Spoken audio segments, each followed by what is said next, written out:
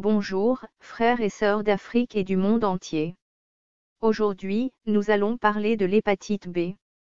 L'hépatite B est une hépatite virale due à une infection par le virus de l'hépatite B et entraînant une inflammation du foie.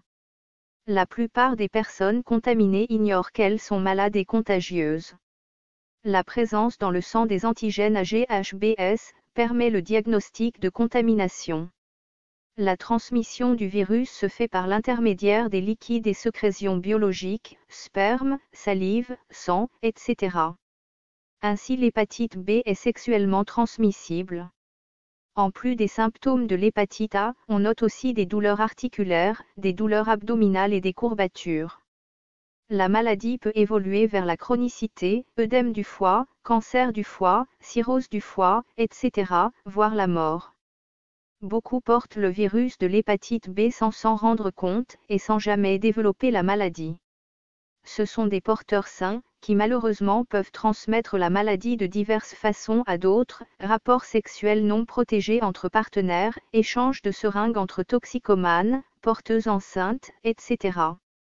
Mais un vaccin efficace existe contre l'hépatite B, et chacun devrait faire un test de dépistage puis, au besoin, se faire vacciner pour une bonne protection. Pour le traitement par la médecine traditionnelle africaine, M. Ibrahima Inoussa vous propose 3 remèdes pour vaincre rapidement cette maladie. Remède 1. Faire bouillir ensemble 100 g de plantes entières de Coclospermum tinctorium et 100 g de racines de papayer dans 2 litres d'eau pendant 10 minutes. Boire 125 ml matin et soir, après les repas pendant une semaine. Remède 2. Faire une décoction de 10 minutes avec 8 feuilles de Cassia Tora dans 1 litre d'eau. Laisser refroidir, filtrer et mettre en bouteille. Boire 125 ml après les repas. À renouveler 3 fois.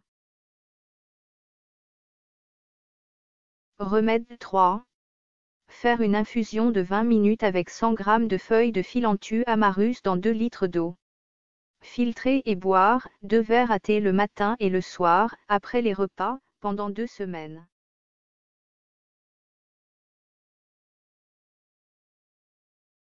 Donc en résumé, les plantes utilisées dans ces 3 remèdes sont la plante entière de Coclospermum tinctorium, les racines de papayer, les feuilles de Cassia Tora et les feuilles de Philanthus amarus. Monsieur Inoussa vous remercie pour votre fidélité et vous donne rendez-vous bientôt pour un autre dossier sur votre nouvelle chaîne préférée, Médecine traditionnelle ancestrale 2i. Que Dieu nous accorde la santé et la paix.